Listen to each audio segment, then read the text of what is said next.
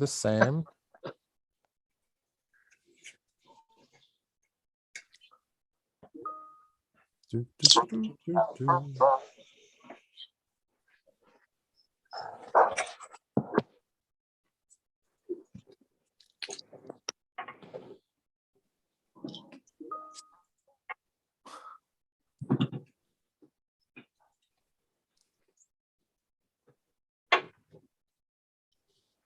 All right, folks, we're all live. Welcome to the Buckner Terrace Neighborhood Association meeting for January 25th, 2022. Can anybody believe it's 2022 already? And I just wanted to, hold on one second. I was hearing myself in my computer, so sorry about that.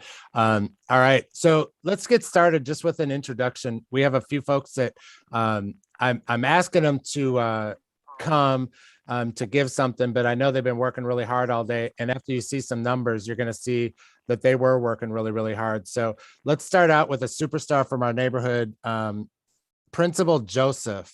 Hold on one second. Let me put up your graphic. I'm going to share just real quick. We're going to do introductions and we'll go back and we'll approve the minutes and then we'll have some more people on the call. But I do want to share this graphic so Principal Joseph can actually explain what this is. So give me 1 second.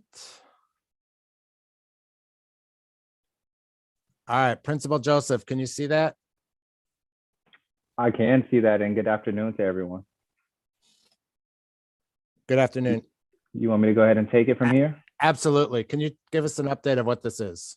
I can. So again, good afternoon, everyone. Aaron Joseph here, principal at Edinburgh Elementary.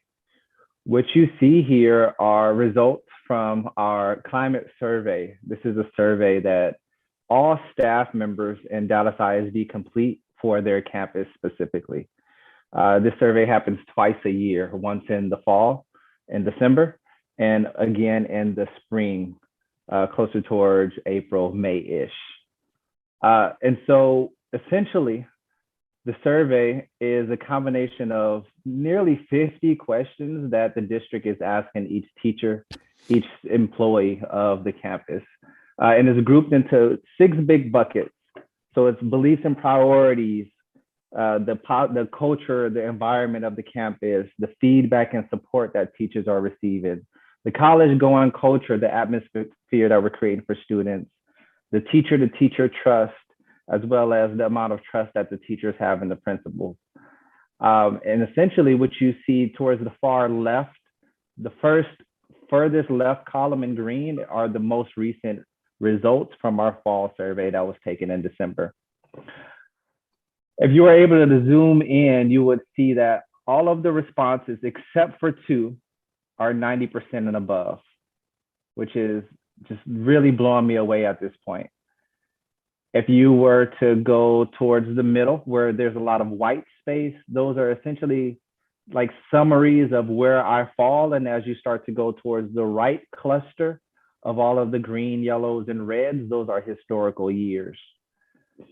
So if I could summarize essentially all of this up for you, and I'm starting from the bottom, and I know you can't really see it, but the bottom left, maybe like the last 10 rows, that's the amount of teacher to principal trust, the amount of trust that the teachers have in me.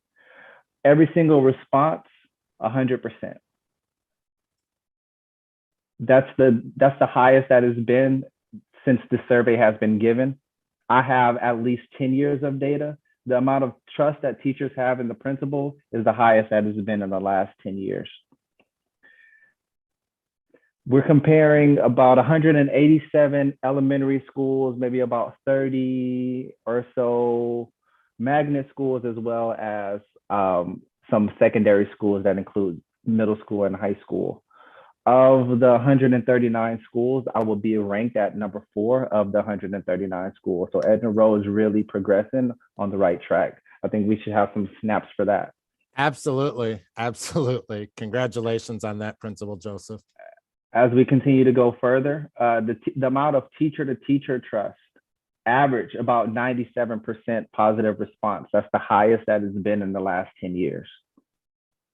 As we continue to go higher towards the middle, college going culture, the culture that we're setting for students.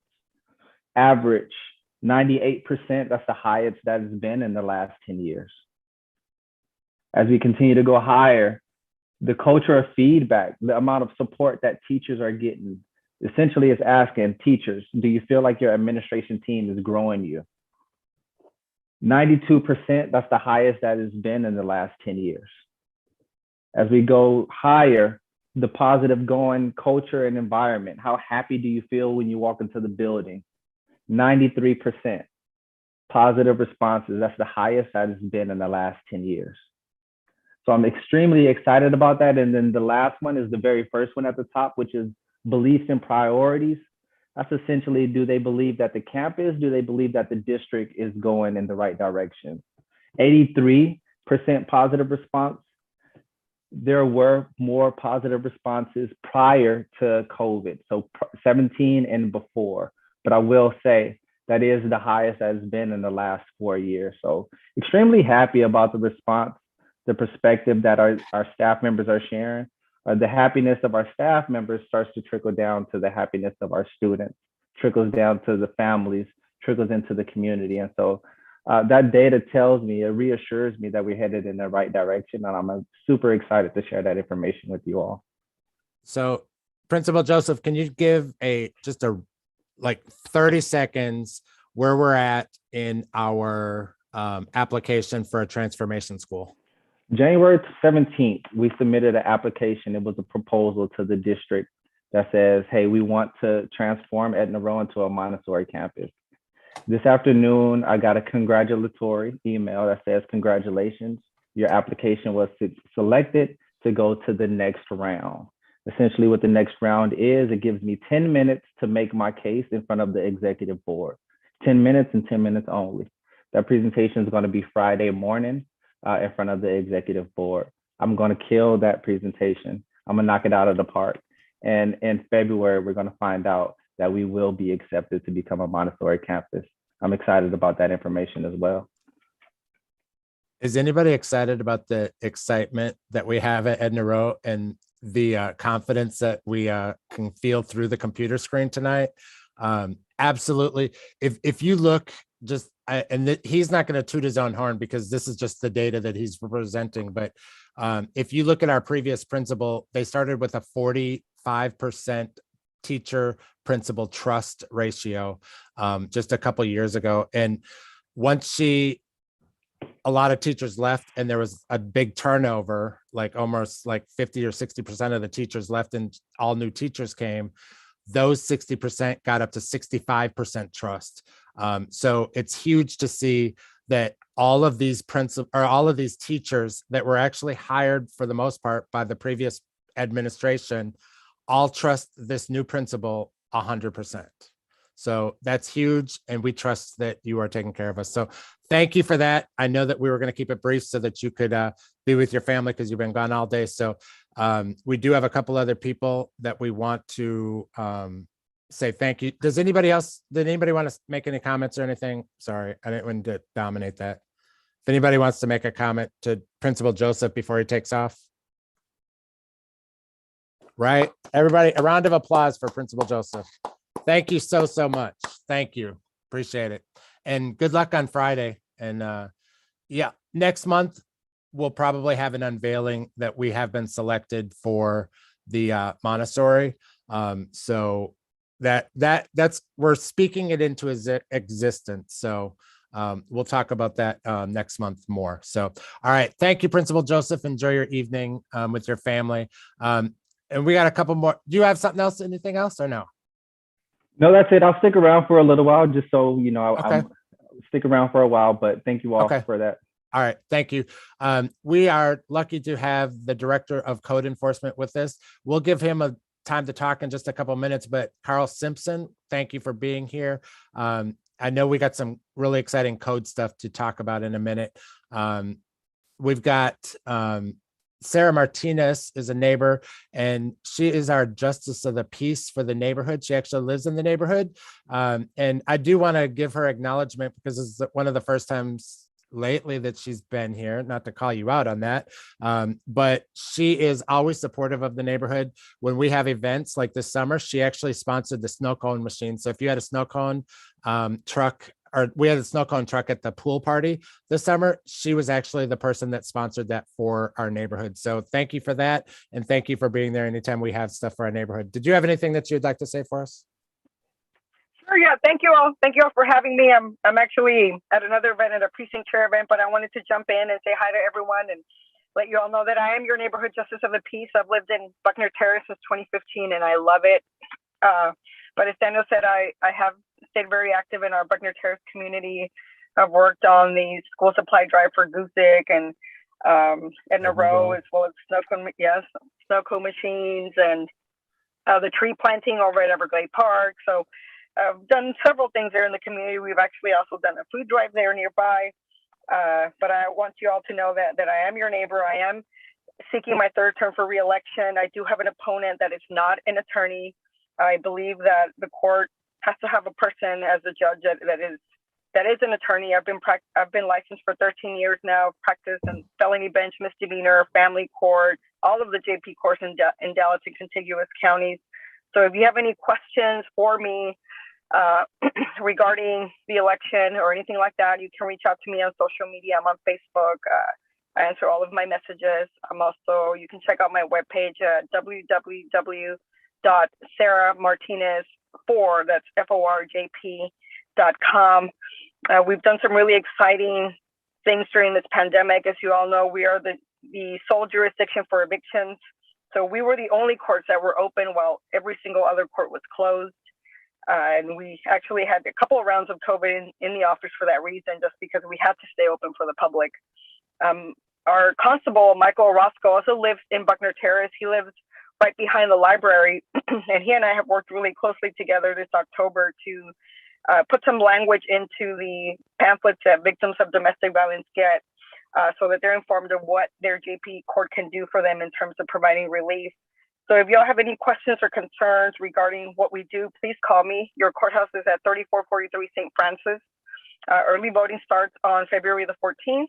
They're at Everglade Library, so it's really close to all of us. I actually walk from my house on Blackheath over to the polling location, so that I really enjoy that.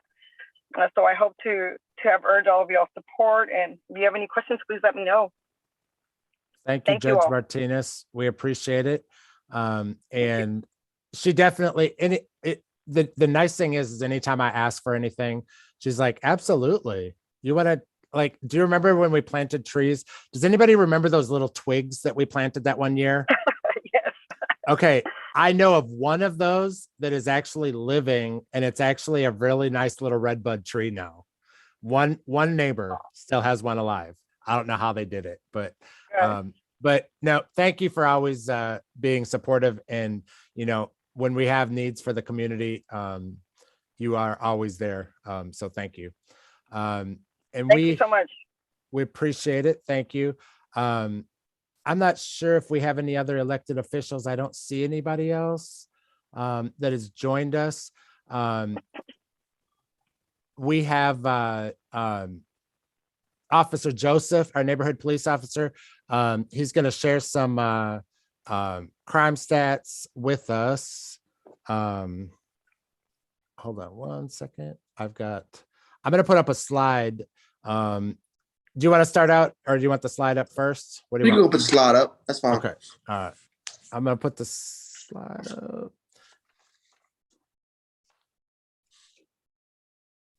All right. There we go.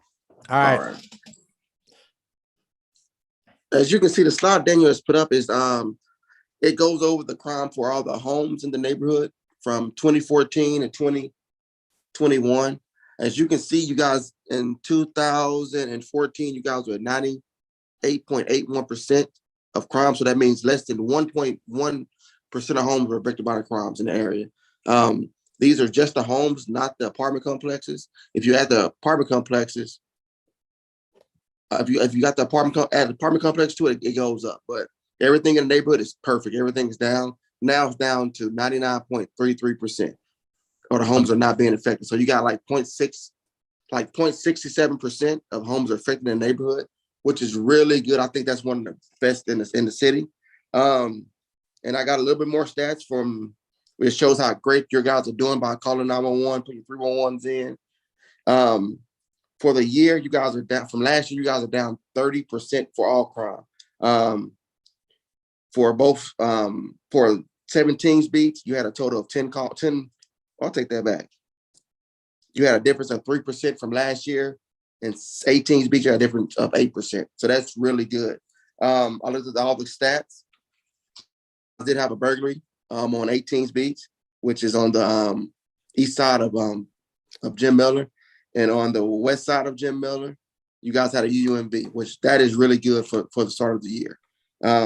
I know last time you guys wanted to know more about the racing in the area. I got a little bit more stats on that. From 12/27 to 1/2 of this year, they patrolled the areas of Buckner to Forney Road, from Buckner to Longview.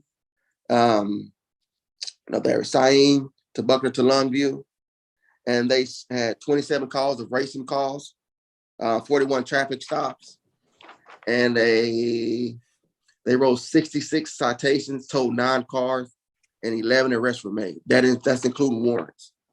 And for last week, from 110 to 116, a total of 102 for the Southeast area.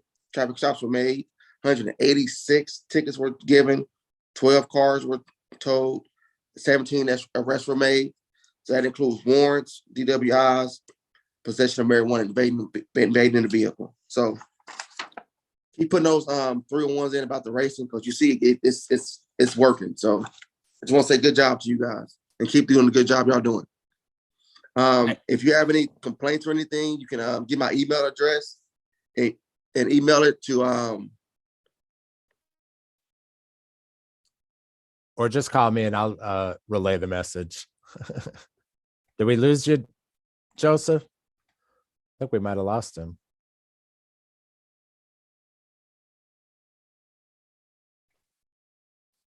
There he is. Did I go out, Daniel? Yep. Oh, Welcome back. Welcome back. What did I stop at? 301s? Yeah. No, you said your email address, and I just said that they could contact me too, and I would pass it. I would pass it on to you. On. Oh, shoot. You're good. You're good. Okay. The 301s, if you have like cars sitting there for y'all, seen a couple calls that's been hanging around, cars hanging around from I can see for years. They're pretty much got grass growing on them. The tires are stuck to the ground. Please just send me an email so I can get on those real quick for y'all, because it's time for those cars to go. They've been there too long. I think you. How many did you just have towed off St. Francis? Well, we haven't towed any off St. Francis, but they're moving a bunch of cars now. So just tagged them. We towed that that van off of St. Francis. Yeah, I thought there was a couple on St. Francis right there. We tagged those and they moved them. Oh, okay. Yeah. So that's the key. If they don't move every at least an inch, that they will have them towed. So if you have dead vehicles on your street, just send me a message or whatever if you don't want to be the one that reports it, and we will just ask for somebody to cruise down that street, and they will find them on their own, and we don't have to turn anybody in specifically. But they definitely do cause crime, because people are breaking into them and then they look like damaged vehicles. So thank you, Officer Joseph. We appreciate it. Does anybody have any questions or anything for Officer Joseph? Yes. All right, Mr. Charles, go ahead. Do you want us to report it to 311 or through the app, or do you want us to email you directly? The 311 app and let me know so I can get it taken care of quickly, okay? Because I have a lot on my plate. And I like when I'm out patrolling, I can just look at my email and take care of that vehicle. Okay. To me, that's kind of quicker to me, if you don't mind. Okay. All and right. Is the Dallas police doing anything with the crazy turning left out of the right lane and turning right out of the left lane and all that craziness? Is that the one at Jim Miller in 30? It's been everywhere. You gotta look every which way now before you even go anywhere. Yes, sir. You gotta drive for yourself and the person in front of you too. Yeah. All we can do is just put that 311 in and let us know what's going on, so we can see if we can get a traffic officer there to patrol that area and look out for that. Well, the reason I ask is because my wife just got her car, her less than 2-year-old car smashed up right there at well, I say new, but it's the school at Ferguson and 30. Yes, sir. Up Sorry those schools. about that. And so it's because they're crazy down there, and they used to have a guard that or a traffic patrol that was down there, but now it's all blank and everybody's a free for all. Oh, Did they used to have a traffic on Samuel and they don't Yes. anymore? They don't. I'm having lunch with them next week. So I'll have that conversation. Yeah, because they need. I mean, it's they almost need to make a no left-hand turns coming out of that street. I think there might be.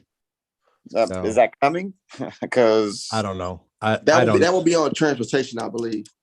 So, all right. Anybody else? Last call for Officer Joseph.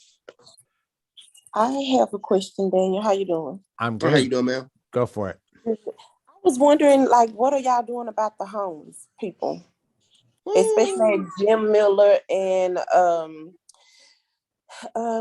right at Jim Miller? Is the address is 5409 Jim Miller, because I have a business up there, and sometimes it's just not safe for us as small business owners because they always hanging out with those baskets and everything, and I do report it a lot when I'm there sometimes. Okay. The best thing to do is that is use that 301 after this one. And do it for Office of Homeless Solutions, and they'll come by and try to give them resources. Okay. It's a hard thing with Ms. Tamika. It's a hard because they do have rights as well, and it's a difficult conversation at this point. It's not just in our neighborhood. It's all over. It's throughout the entire city. So that is something that the city is working on. Across the board, they've really been working on different solutions. So they're working on it, but it's definitely not where it needs to be yet. So, but definitely keep reporting it, because please do. The city is data driven. The more we report, the more they have eyes on our neighborhood. So thank you for. And how do we get all the shopping carts to be picked up? Right. Yeah, if you email or text the Buckner Terrace number with the address or the neighborhood or the area that they're at, I'll compile that list and give it to the Walmart and Sam's. Okay. All right. So any other for Officer Joseph? All right. I've been reminded that I actually went out of order and I have to get an approval for our minutes. So give me 1 second. Let me pull up the minutes.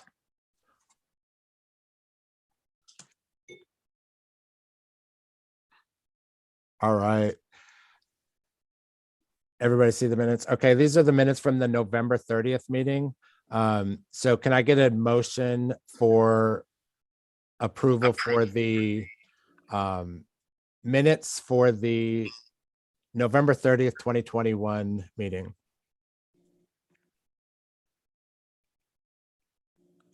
Mr. White, thank you, Mr. White. And a second by, thank you, B. I appreciate that. Any discussion? All in favor? Yay. All right. Appreciate that. And motion passes. And our November, this was the treasurer's report with the ending balance of $2,348.47 presented by Tom White on the November 30th. Can I get a motion to approve that? All right, B. So moved. And Jesse approved. Thank you. Second, yep. All right. And then Mr. White is presenting a treasurer's report for December. I have it on the screen. December, the ending balance was $2,348.47 as of 11/30/2021. And for the January report ending 12/31/2021, we ended with a balance of $1,857.08. So Mr. White, would you like to make a comment? Yeah, I'm off mute now. Yep. Okay. That's the December statement for December 31st. Did you go over the previous month? We went from November report to So no, this is December's and January's. Okay. That's what I need to make a correction for, on the report that shows December 2021 okay, for the period November 1 through November 30th. You'll see that the beginning and ending balance are identical. That is an error. okay. It's just a typing error. The line items are correct. The figure there, the ending balance should be $2,211.22. I will add the amended copy for final approval on the next month. We'll approve it in the minutes in the financial report, but thank you for presenting it. Okay, correctly. the other comment is you go to the next monthly statement. Yep. This says January 2022. The opening balance is stated correctly there. The $2,211.22. Yes, that was the ending balance of previous month, and I mistyped it. Perfect. But the January 2022 report is completely accurate. Okay, great. Thank you. And we will, this will be on the agenda for next month for approval of it. So, all right. So with that being said, let me get back to, so we've done the introductions, we've done the minutes, and we've done the crime stats.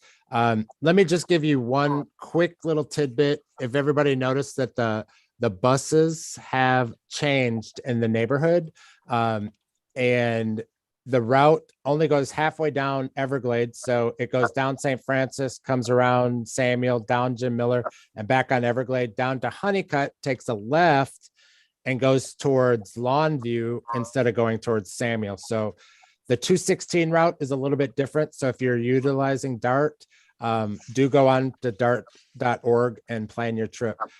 Full disclosure, I actually started working for DART last month. So I'm a new employee in community relations working for DART. So we're going to have a regular DART update in the neighborhood meeting. So if you ever have any questions or know anybody that has any concerns or anything with DART, please do bring it to my attention, regardless if it's our neighborhood or somewhere else. We definitely are striving to make it user-friendly and better for everybody. Okay, with that being said, the next thing that we have on our list is code compliance. And we've got a couple guests from code compliance. We've got the director, Mr. Carl Simpson, with us. So Mr. Simpson, would you like to say a few words? Oh, you're on mute. There we go. All right. Is that good? You're good. All right. So thanks, Daniel, for having me tonight. I think I met with Buckner Terrace very early on in my career here in the city of Dallas. And boy, was that a rough meeting. So what I wanted to report back basically is just that, you know, we're still here. We're still continuing to work. We've got a number of ordinances that I've taken to the council, some things that I'm working on that may be directly related to your neighborhood and your community. Some may not. We've got an additional 34 new officers back in April that was supported by the city council, the full council. And so we've just almost completed hiring those folks and getting them trained and getting them activated. Also, I have with me tonight Yvette, Ms. Campbell, who's also very familiar with your area. Some of the things that you may see or may be interested in is recently I went to council on an ordinance that's called the Vacant Building and Vacant Lot Registration Program. What it's intended to do to help us monitor vacant buildings and get more accountability from property owners of vacant lots. The first property owner that we've been working on is the city. What we've been doing is that we've been marking vacant lots that the city owns throughout the city of Dallas. And we're marking them on the street to show COD. That means code, city of Dallas, and then the actual address number. And the purpose, if you see some of those in your neighborhood, which I don't know if you do have those or not. We do on Everglade. Yeah. So what we're doing is we're trying to make sure that we know and you know as residents that that property belongs to the city of Dallas. So if you're talking to 311, if you call us and maybe there's overgrown weeds or maybe there's homeless that are starting an encampment on it, we'll be able to more clearly identify who owns that property so we can be more responsive. So that's been a big project. I think we've marked around 800 lots so far.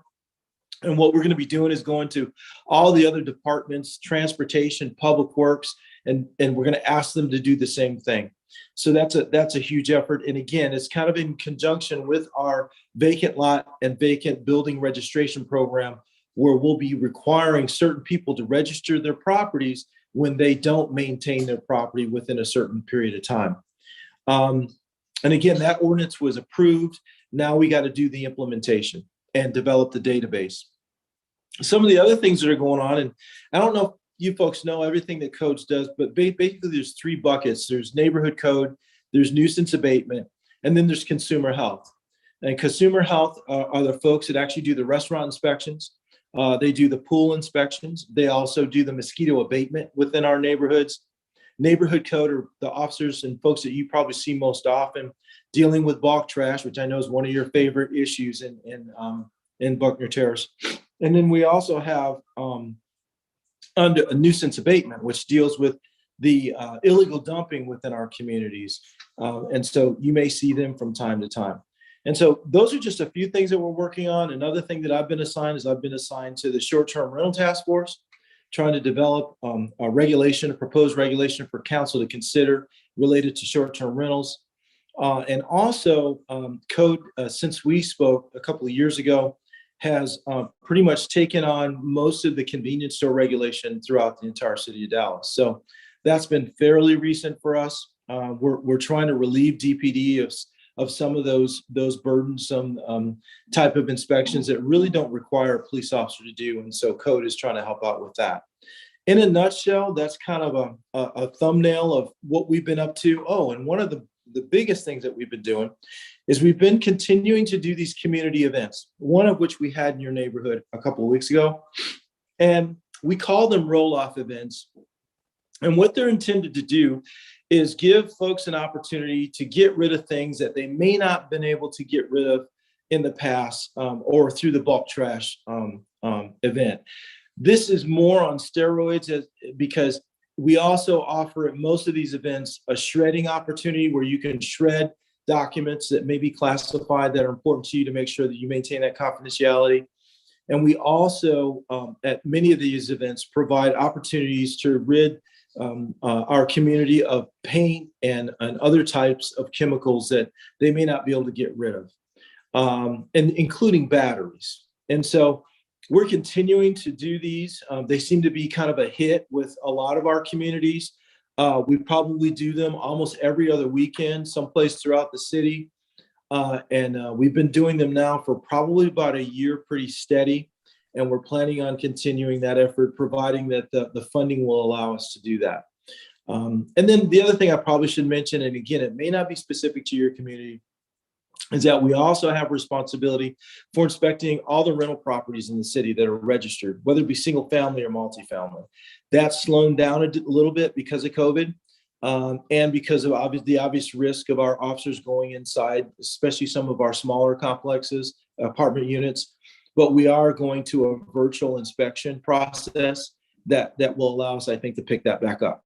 So with that, if you have any questions for me, I just wanted to make sure that I had an opportunity to show my face. And I'm thankful for Daniel to invite me to this and make sure you guys know that I still work for the city. If I saw you a couple of years ago. And I'm here to entertain any questions that you might have. And like I said, I have Yvette on the call as well, who's much more familiar with your neighborhood. When there's an issue in the neighborhood, Mr. Carl's the first person I text. It don't matter if it's in the middle of the night, the weekends, and he calls me back. So we appreciate that, Mr. Simpson. And we are very thankful. I think, with our neighborhood, our homes, I believe I've always said, and I think everybody and code people, you have to defend me on this. I've always said, I prefer that we focus on the businesses and we leave the neighbors alone. I think I've told you vet that many times, argued with her. In, they do have to address the code issues within the neighborhood, but they do also help on the businesses, and hopefully we can get some weekend business. We do actually have some businesses at the intersection of Jim Miller and Samuel Boulevard that have a whole ton of rogue signs and banners put up on between poles, and we need some TLC on that intersection. If you have anything, please do report it, because again, they're data driven, and when Mr. Simpson sees the data coming in, he is responsive to it. So we saw a comment from Denise that says, code, we can see the difference, thanks for the improvement. So we appreciate that. Does anybody else have any questions? This is Rosalind. I have a question about, thank you for that presentation, about the nuisance law. Who handles that? Who oversees the nuisance law in terms of noise in the community and our ability to get that addressed? So that's a great question. I'm glad you asked that question. Just about 2 months ago, I was able to take a proposed amendment to a current ordinance that we have called the criminal habitual property ordinance. And what the criminal habitual property ordinance has done in the city of Dallas is that where there's a property where there's multiple crimes occurring, what it did is it gave the city attorney an opportunity to file a lawsuit against the owners of the property. And so we were dealing a lot with noise, not just in neighborhoods, but also in some of our downtown business districts. If you've been watching some of the news and so forth, for example, in Deep Element and other areas. And we came up with an idea of expanding the criminal habitual property ordinance to include nuisances. And that just happened. So to answer your question, code of typically police department responds to noise complaints within neighborhoods, but we as a code department have begun to pick up where the police have kind of left off and pick up some of those responses as it relates to noise. And I would venture to say that as we move forward, code will take on more of those responsibilities. The challenge with code responding to noise is, as you all know, we're not a 24-hour operation. And most of we do have code officers on duty 7 days a week, but typically they don't go any later than 6, 7 o'clock. We do have some special assignments, like I said, in our business districts downtown, where we may work with police and fire to around midnight, but for the most part, we're not a 24-hour person. So to answer your question, if it's late at night, it's definitely going to be a PD issue. Even if it's early in the evening, it's going to be a PD issue, but it just depends on what kind of noise it is. So for example, if it's noise related to your neighbor's, air conditioning unit, right? That's going to be a code issue. If it's noise because of bands playing and that kind of thing from somebody's garage or something like that, and late at night, primarily right now, it's going to be a PD issue. But going back to the nuisance code amendment, what that allows us to do now is we have a bigger tool in our toolbox. So where a person receives like 3 citations for noise within a certain period of time, the city attorney can bring them in and entertain legal action against them by talking about litigation, as opposed to just issuing a citation and just having it reoccur again and again. So, and thank you for that response. So let me just be clear. We called the police. They said they couldn't get there. They were too busy.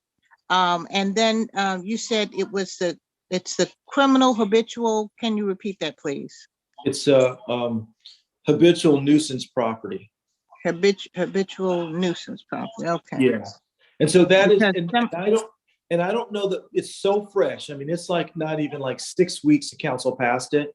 So I don't even think that we've used it yet, but I'm just putting that out there because it is a new tool that we didn't have before to deal actually with noise, right?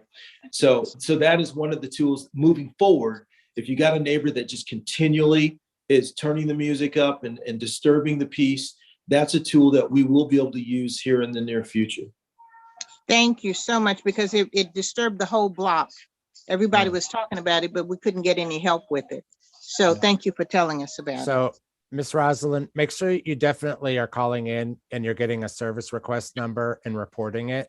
And if you do have on a regular and you get multiple people doing that, get multiple report numbers, collect those report numbers and email them to either Buckner Terrace and we'll pass them on to the council or to Mr. Simpson so that we can track them together and try to get a resolution, because there's a lot of neighbors that live in the neighborhood that have been here 30, 40 years that we bought into a quiet neighborhood, and, you know, it's not always so quiet. And, you know, I had, you know, you never know if you're going to have a bad neighbor, and it's unfortunate, but your peace should not be disturbed. You know, once in a while, a birthday party once a year, or, you know, a couple times, you know, but at that point you should be friends with them and they should be inviting you to that thing, in my opinion. But, you know, for the most part, I think that we should be able to all enjoy our homes in our beautiful neighborhood in peace and quiet. So, you know, with the very few exceptions, like, you know, when you all know when we welcomed everybody back for Edna Row, that we had the drum corps, and I got about 20 complaints for noise that morning because at 7 o'clock in the morning, I disturbed the peace. So sorry about that, but Edna Row is doing phenomenal this year. So, you know, we're really, you know, there's some exceptions. So, but Well, for this the was most all part, night, Daniel. This yeah, was from no, that's not 8 an o'clock exception. until 6 o'clock the next morning. No, And ma'am, so, no. and then Yeah. you're calling the police and they are telling you they can't come. And so, Yeah. you know, Well, how do you rest with that? when that happens, do please text, make sure that you get those service request numbers, and definitely get the just track it and make sure that you let me know so that I can try to Okay. help. So Thank you so much, both of you. absolutely. All right, Mr. Simpson, any final words? No, I would just say thank you so much again. And you can get a hold of me, and I know that Daniel's been funneling you to him and whatnot, but you can get a hold of me directly as well. Email the code chief. I think it's code director at dallascityhall.com. I commit to responding to that within 72 hours of receiving it. And so when you have these nuisances or frustrations, what's going on in your neighborhood, I don't want any of the city of Dallas to feel like there's just nobody you can talk to at City Hall. And so that's why I created that, contact. That's at code director at Dallas City Hall, so that you can get a hold of me, the director, and I can try to figure out if there's something that we can do or we can do better to try to resolve some of the issues that you're experiencing. I put Thank you. I put the code director at Dallas City Hall and Mr. Simpson's name in the chat so you can see that. Thank you for coming. And I did want to give a couple minutes here to Miss Yvette. We got some, Miss Yvette, would you like to talk for a second, or you want me to put up your slide? Yeah, good evening, everyone. And good evening, Mr. Simpson. As Mr. Simpson mentioned before about the clean off, I did just want to share the success that we had the other couple of weeks ago when we had to clean off in you guys' neighborhood. These are just some of the numbers. It shows what we kind of was able to haul off as far as debris is concerned. You can see the participation of the neighborhood. You guys came out pretty good, even though it was cold and drizzling. You guys showed up, so that was great. You see we have a number of tires. There was like 87 tires, 2,700 of outreach and education mailed out to you guys, to your neighborhood. 2,200 pounds, 22,000 pounds of bulky trash and litter that was collected. So you guys, this is what shows your participation. And when we get the education information, you responded to it. So it was a great success, and we appreciate you guys responding and taking care and being involved in the community. And while I'm online, I would like to introduce also my new cohort, neighborhood code representative for Southeast, Ms. Carla Rivera. She's also on the line. So she's a part of our Southeast team. Welcome.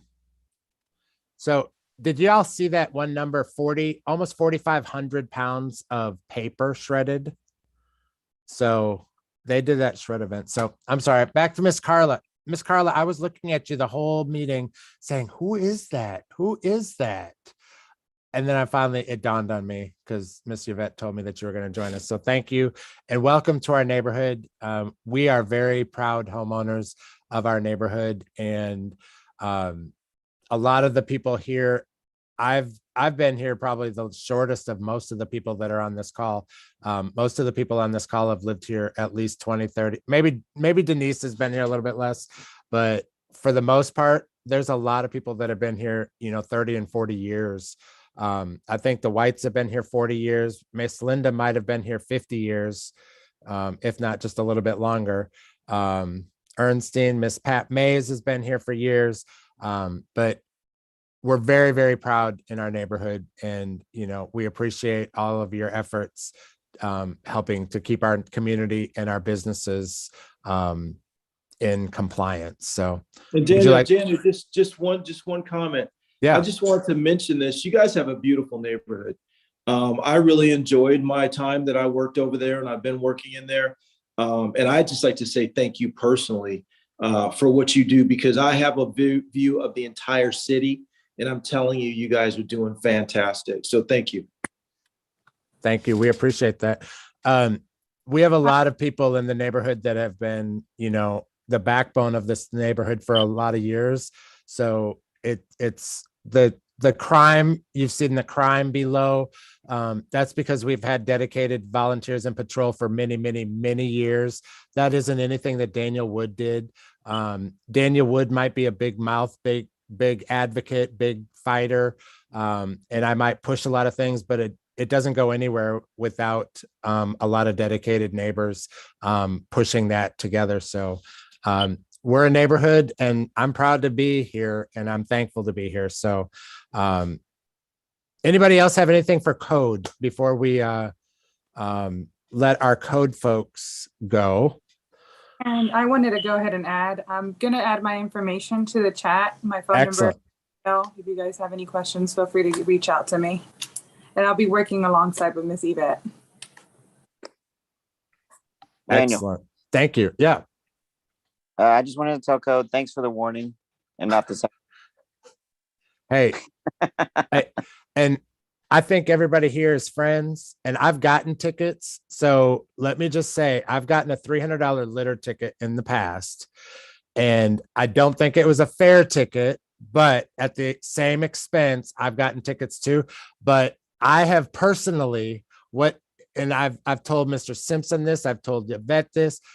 When people put up bulk trash the day after bulk trash is picked up, I don't want them to get a warning. I want them to get citations. And I actually asked, did I not ask for a report to say, hey, how many citations have we gotten in our neighborhood on a regular basis?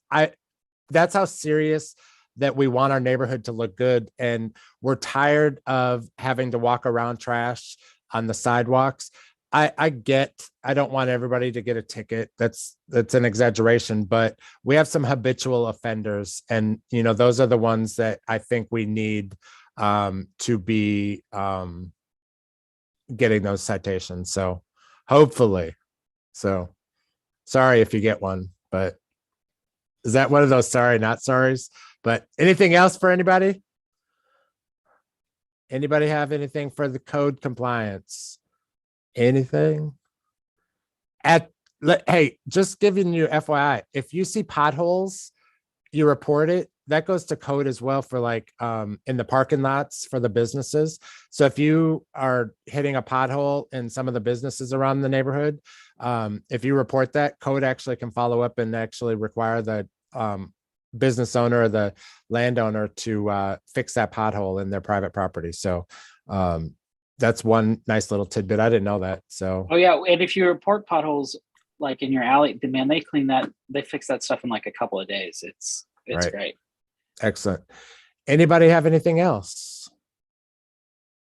All right. Welcome, Miss Carla. We appreciate you being here with us. Let me jump back here. I want to give you guys a couple other things.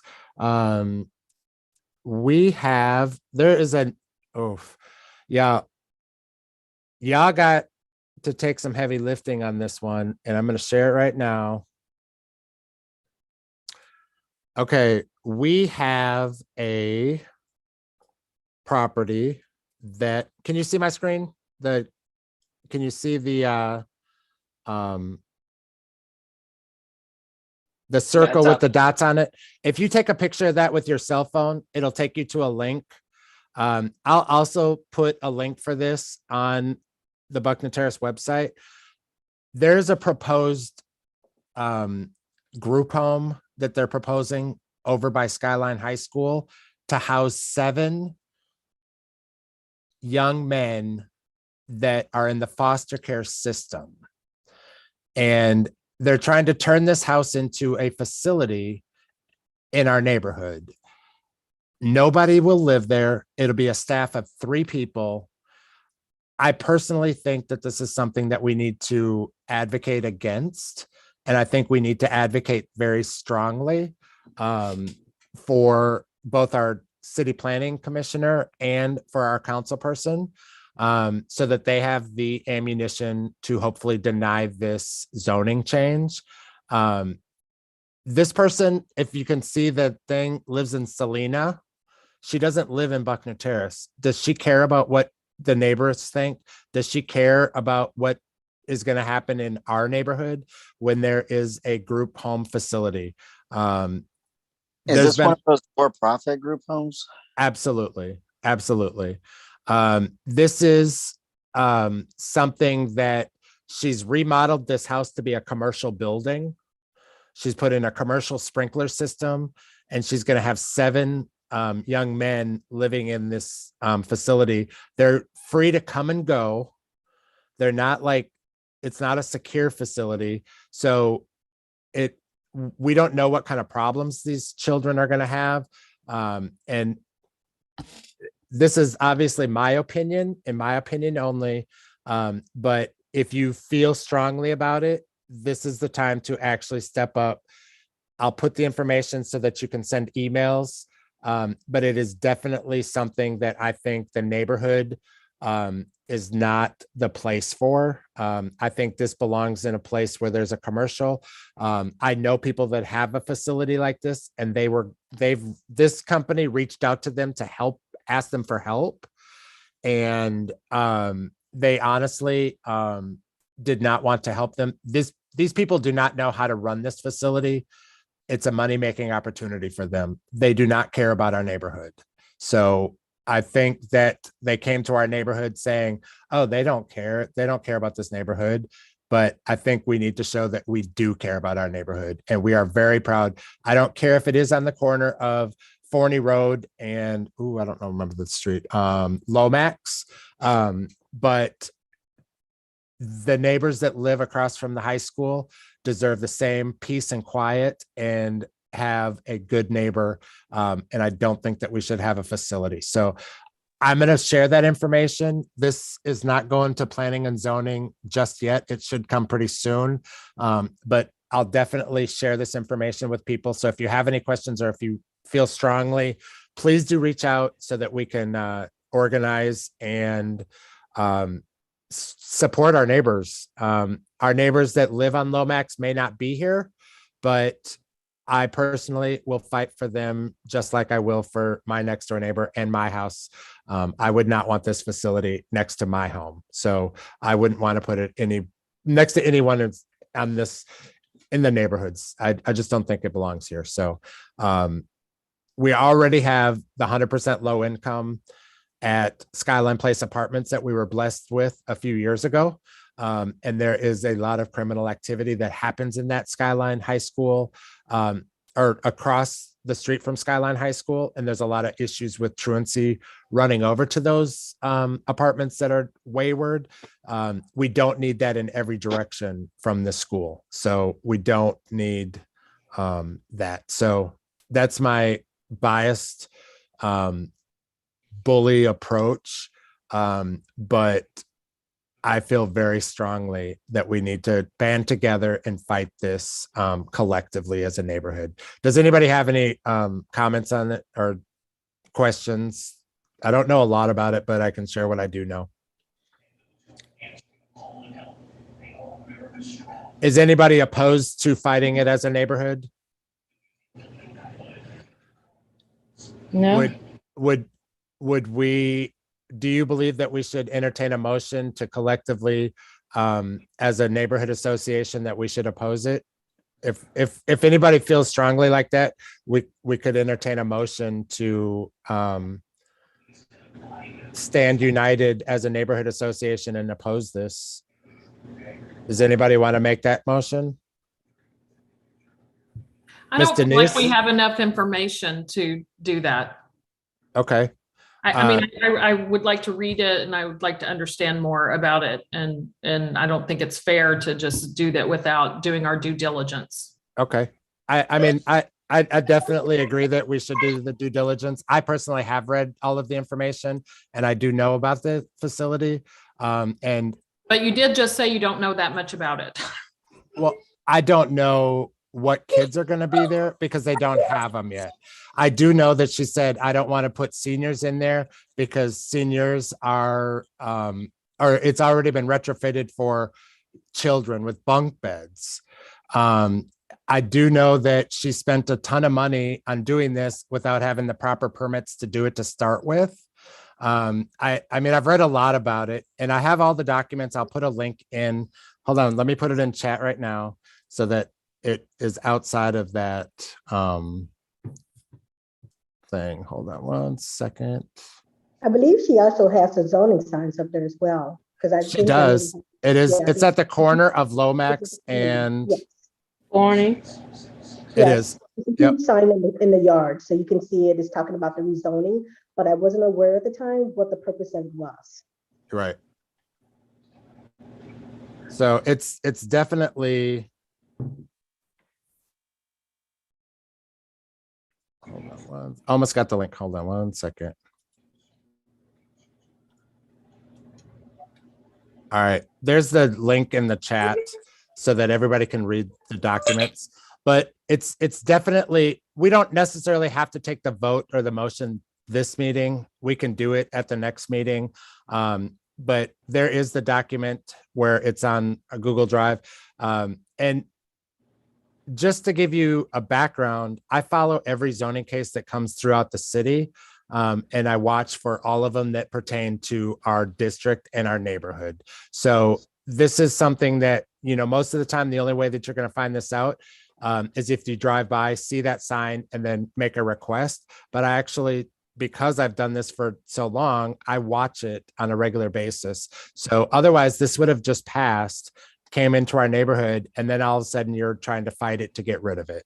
So this is not something. Is there a hearing date set or anything for the zoning commission? It is not yet set. We would definitely have that information, but it will definitely know. They'll have a community meeting for the zoning case so that we can express our support or our opposition. But I think strongly collective, we're stronger together than we are individually. But if this was Tom White trying to bring in a foster child to his home, I think that's a completely different situation than turning a home into a facility with commercial sprinkler system, having 7 boys, no mom and dad or no parent or parental figures in the home on a regular basis. It's just staff. And there's actually a lot of cases, and I'll find the research of it. I've been told about it, but in Houston, they've actually started closing these facilities down in neighborhoods because the kids are taking over the facilities. They're basically holding the people hostage, and you know, there's a lot of bad things, kids running away.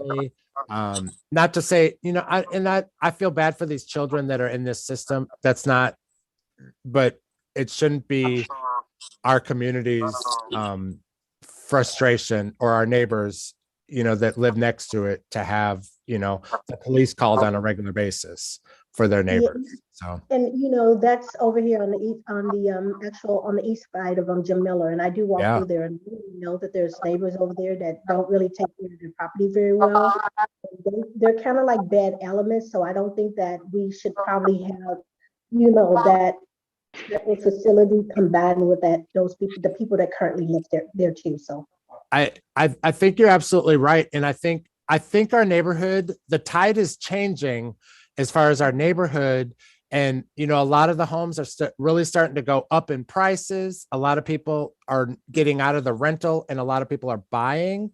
And I just think that, you know, we don't need an element that is causing another frustration for any of our neighbors. That, again, that is my 2 cents. If you feel strongly the other way, with that link, you do now have the access to all of the information that I have for the case. So if you want to fight for them, that's your obligation, or that's your choice, or you know, but I personally think that it would be a mistake for us not to oppose it. From what I've seen. So. I agree with you, Daniel, because you know, because I'm a licensed real estate agent. Number one, I think it's going to bring the home value down.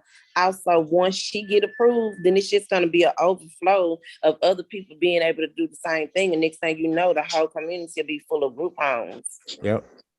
I mean, we have a good number already, but it was before anybody was paying attention.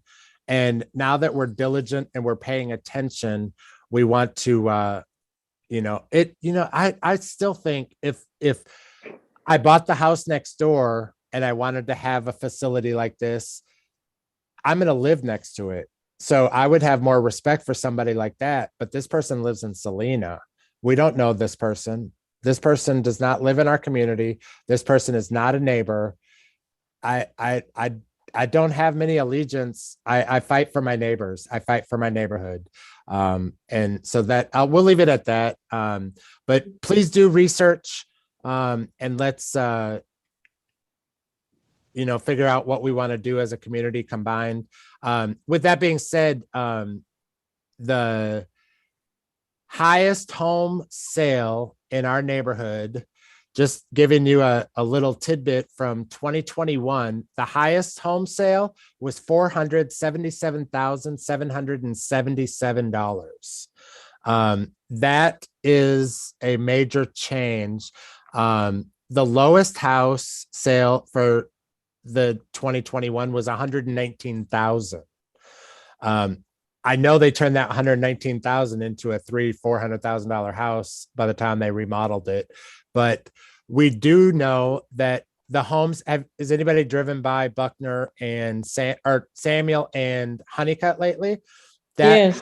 Housing development has got the walls going up, and that was the last phase before the homes start getting built. Those homes, I've been told, they haven't listed the prices yet, but I've heard that they're going to start around 450 at the base level. And then all of their options come in after that, up to about 700,000. So our home values, or those home sales, are going to go like 450 to 750. Yeah, I couldn't buy in this neighborhood again. We're pricing ourselves out of our own neighborhood. But with that being said, our retail, that's our biggest opportunity for improvements in our community, is our retail area. That's something that we're working on. COVID slowed us down a little bit, but we're working on our retail area. Our school, I think Principal Joseph has left. Without embarrassing him, that school has literally transformed with one person changing. He has done an amazing job, and we're very thankful for that. I've been assured that the transformational school is going to happen. He doesn't want to be overly confident in it. I think it's going to happen. So basically, we'll announce next month, probably. We'll find out in the next month if it's accepted into the transformation.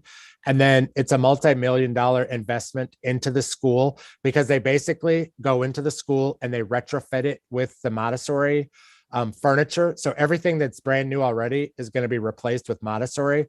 I'm sure they're going to take that furniture there and take it to another school, because they have beautiful furniture now. But they'll start the Montessori after next year. So their plan right now is that the school will be regular for the 22-23 year. And then in the 23-24 school year, it will launch as a Montessori. And y'all, I don't know about y'all, but I like the ring of Buckner Terrace Montessori. Anybody with me? So I have pride for our neighborhood. I want our neighborhood to take possession of the school. So they technically, if this all happens, Edna Row will technically close. So don't get upset when you hear that Edna Row will close, because they're going to open it back up as a brand new school. And when they do that, they launch it as a brand new school. All of the scores and everything with Edna Row go away, and it's a brand new school with no history. And we're going to start out with a very strong administration. And it's, I see Miss Pat Mays. What is that school going to do for the community and home sales in our neighborhood? It's going to be transformational for this community. So I think that it's the biggest thing for me is we have a lot of neighbors that move into our neighborhood, young couples that move here. As soon as they have families, they say, are we going to put our kids in private school, or are we going to move to the suburbs? That's exactly what I've heard so many times. You know, I thought, y'all, when that black pickup pulls up next to you when you're walking in the streets and starts talking to you, it's me, because I'm that crazy one that talks to everybody. And that I hear that story so often that's why I was fighting for the school so hard. So we're almost done with the school. Our next step is the businesses. And that's where we're going next. So get ready, Samuel Boulevard, because we're coming. And we're gonna transform Samuel Boulevard for our community as well. So Great. all right. Anybody have anything that they would like to add? Any questions? I feel like I talked way too much. I have a question. I have a question. I was just wondering if anyone knows what's happening with the empty lot at the corner of Buckner and Samuel. There was a for sale sign on it for a while. I know HEB owned it, but there was a for sale sign, and then now that for sale sign is gone. And I just wondered what was happening. HEB still owns that property. What they were doing, you saw the skirting along the road. Is that what you saw? No. There was a for sale sign there for a while, and that has now been taken down. And I know they're building sidewalk there, but I don't think it has anything to do with the ownership of the lot. No, HEB still owns it. Okay. The last I checked, HEB still owns it. So I'll follow up with them and make sure that that's still the case, but I do believe they still own it.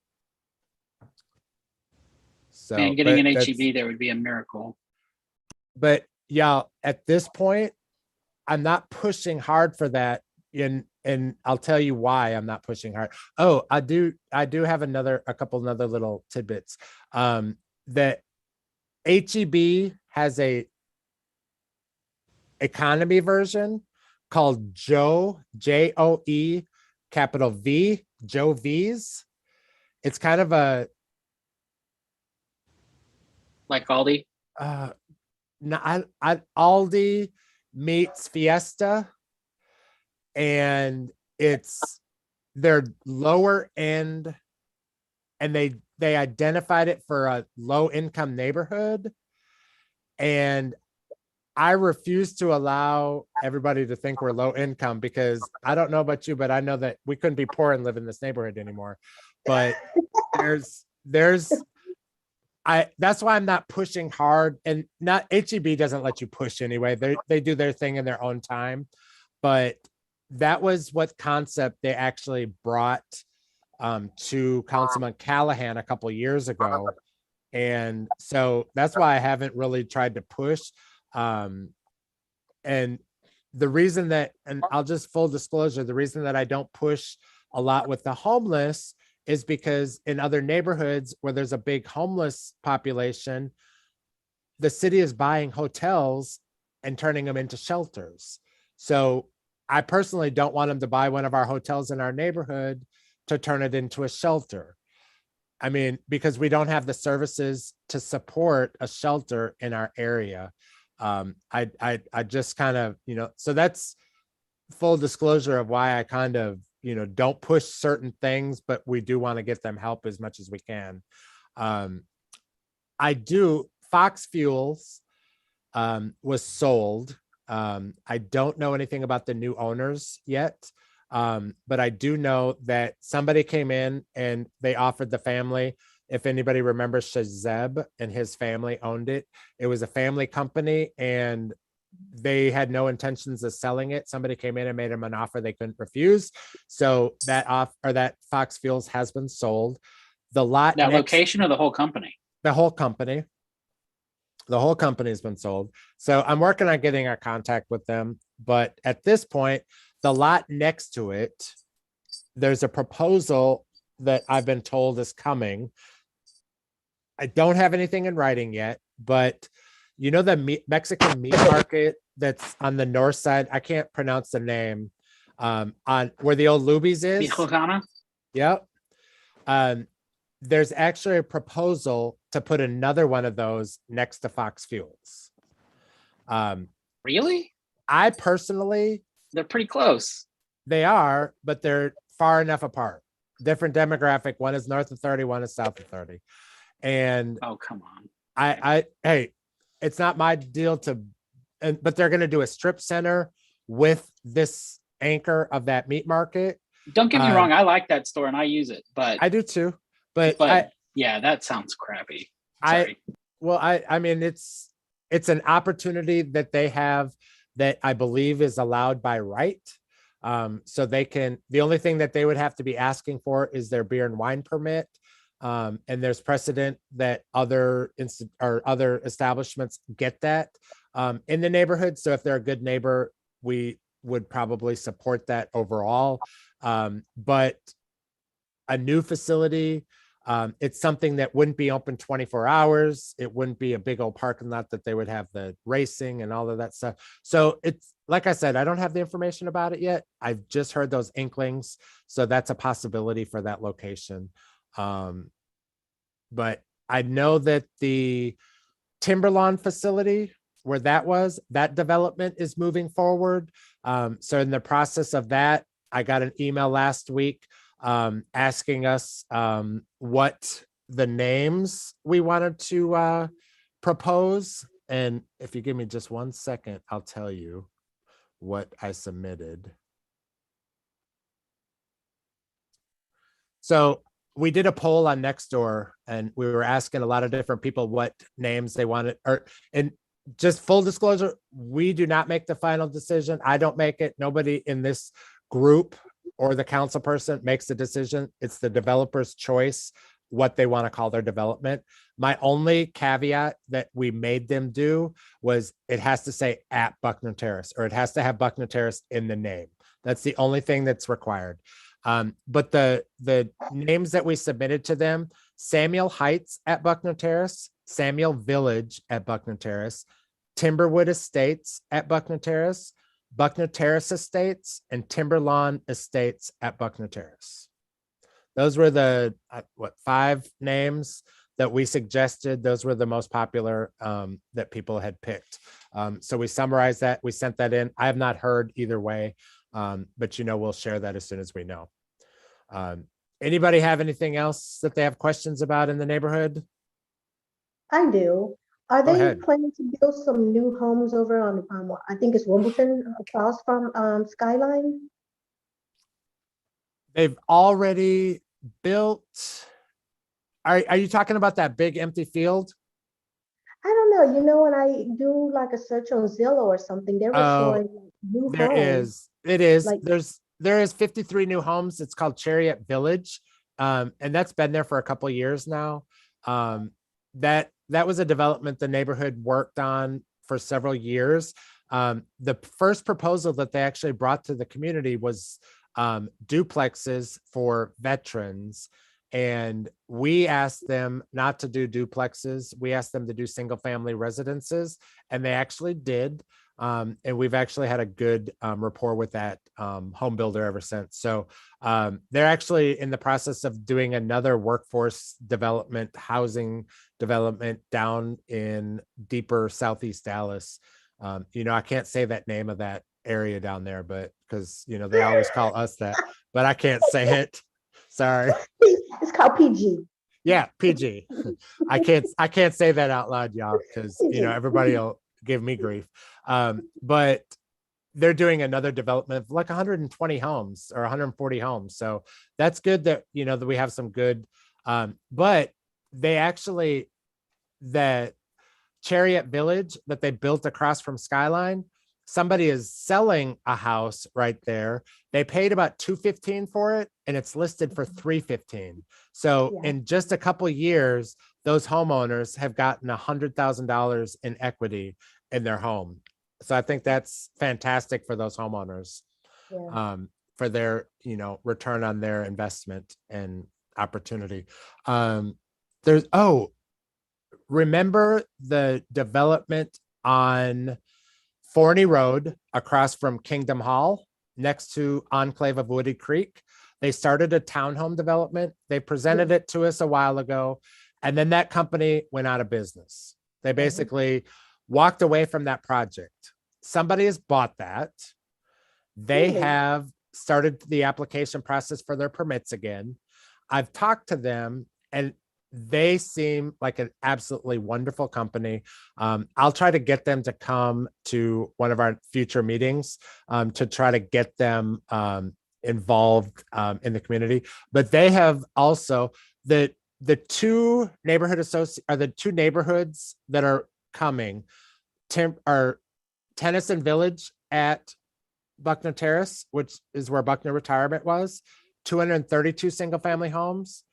The Timberlawn development, 156 single family homes, some townhomes, but most of them they're all individually owned. Both of those developments have agreed to pay for, because they'll all have mandatory HOAs. They've agreed to have the Buckner Terrace HOA fee added onto that. So they're going to actually pay for all of their homeowners to be members of our association as the advocacy group for the entire area. So that's nearly $10,000 a year that our neighborhood association will get to be able to support our efforts, cleanup efforts, supporting our first responders, many things like that. But at that, we can't rest on our laurels. We need to get more members within our community as well. But that neighborhood on Forney Road has agreed to do that as well. So we're really working hard to advocate for Buckner Terrace. But with that being said, anything else? Did I miss anything? Yes, Miss Pat. Oh, you're on mute. You're on mute. Mute. You're on mute. Okay, there you go. I was just wanting to say thank you for all of the valuable information. It's just great to see everyone, and we're just going in the right direction. And I agree, we need to watch that group home that they're trying to put up. And so we will, Daniel, we appreciate you so much for bringing this to us and all of the things that you do. And it's just great to see all of my neighbors. Happy New Year. I don't know about y'all. I can't wait to actually get back to the school so we can all be in the same room. I do get out and I do have to see a lot of people because I am working at DART. So let me tell you about my experience at DART so far. I was working at UT Southwestern for 17 years. Last year, when I dealt with my parents, I went through some, turmoil stuff at work, and I left UT Southwestern. I went to another little place for a minute. That was like a little sidetrack, but I got on with DART after 6 months of interview. I started with DART. I do community relations. What they like about what I do, they love that I'm a neighborhood advocate. They love that I'm on the park board. You know, I've been selected as the vice president of the park board. So, you know, that means that we get anything we want in our neighborhood, right? I mean, I'm just throwing that out there. We get whatever we want in our park because, you know, they have a big mouth at the top that, you know, won't shut up until he gets it.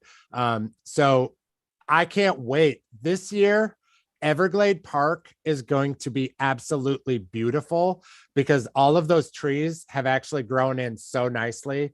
Did anybody, I don't know if we have any regular walkers. I had a regular walker at Everglade Park send me a picture of greens and different vegetables that they picked on one of those berms. You know, that latest berm that they put by the baseball field? Wherever they got that dirt, it must have been a garden. And there was a bunch of like turnip greens and different greens that were growing on there. And these neighbors that were walking that morning were so excited because it was right before the holiday, before the freezes, and they got all the greens that they needed to be able to eat dinner. It was, I laughed. It was funny. But I get texts that, you know, where people are just thankful about Everglade. I will give you this caveat. The water department has to repair the pump station and they have to model that pump station. They're going to take about a third of our park. They're going to do that for a staging area for 2 years. After they leave, they're going to restore it back better than they took it. So it's going to look bad for a minute. They're going to reroute the walking trail.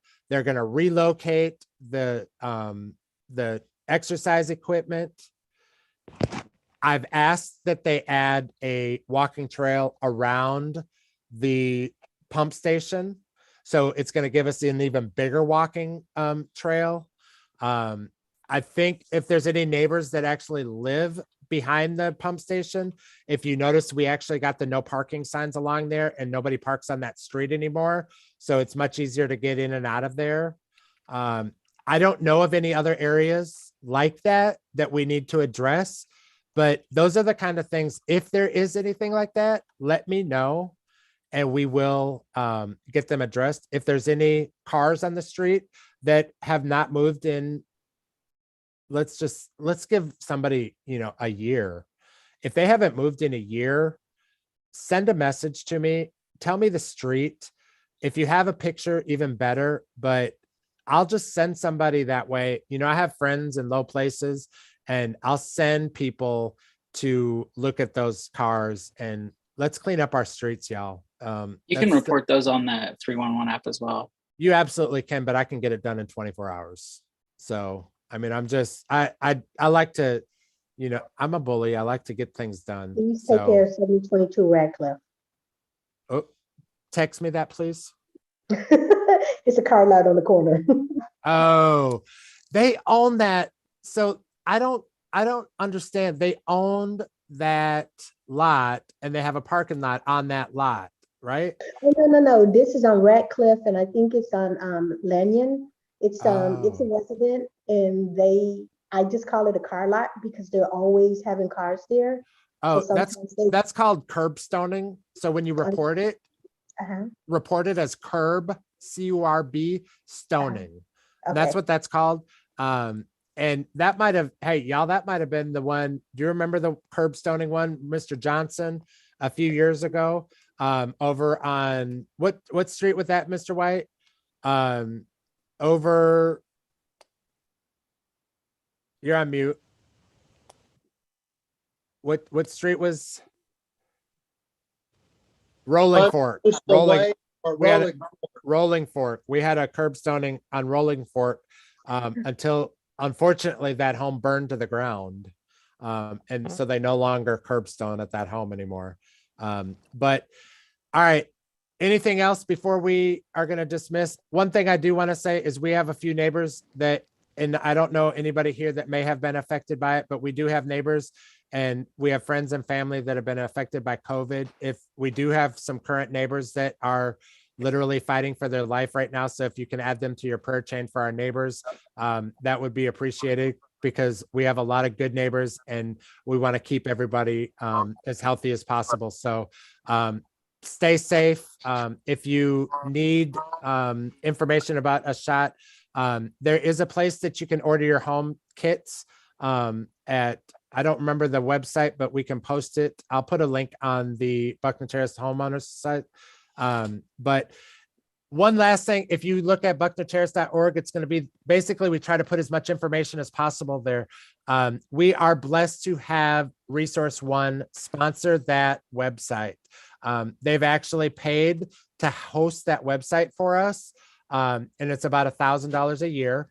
So you'll see a donation that we got from them. It's about $890 a year. They actually are paying for our Zoom account and our hosting of the website, which is our management software, to be able to do the membership and the renewals and all that kind of stuff. So if you haven't, please pay your $24 dues. You can do that by paying online. That's the preferred method, bucknerterrace.org.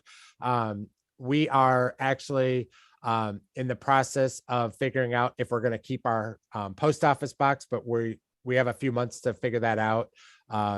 The post office has gotten very proud, and it's almost $200 a year to get junk mail in our post office box. So we are stewards of the neighborhood money, and I am not a fan of throwing money away. I'd rather buy $200 worth of coffee for our firemen or cookies for our teachers.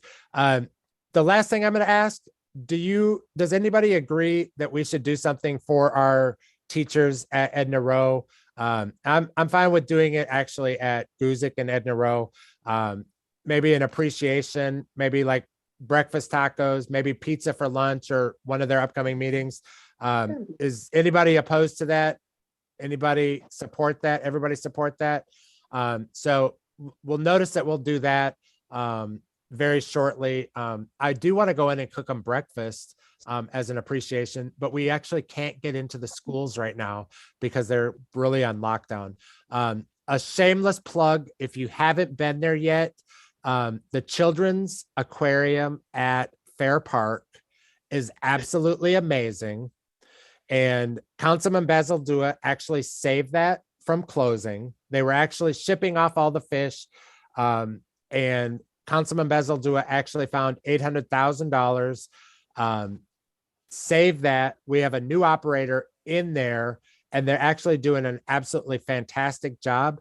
But let me tell you a couple cool things that they're doing. They're actually letting any schools that live or that are within Buckner or Councilman Basil Dua's district into the aquarium for free. So if a school in our neighborhood, because they're in Buckner Terrace or District 7, wants to go to the aquarium, they can actually go for free because they are in Councilman Basil Dua's district. That's how they're thankful that Basil Dua is supportive, but that's a way that they can get back. The only problem is this DISD is locked down and they're not letting them do field trips right now. So that is the unfortunate part. But all right, I think I've tried to share everything that I have.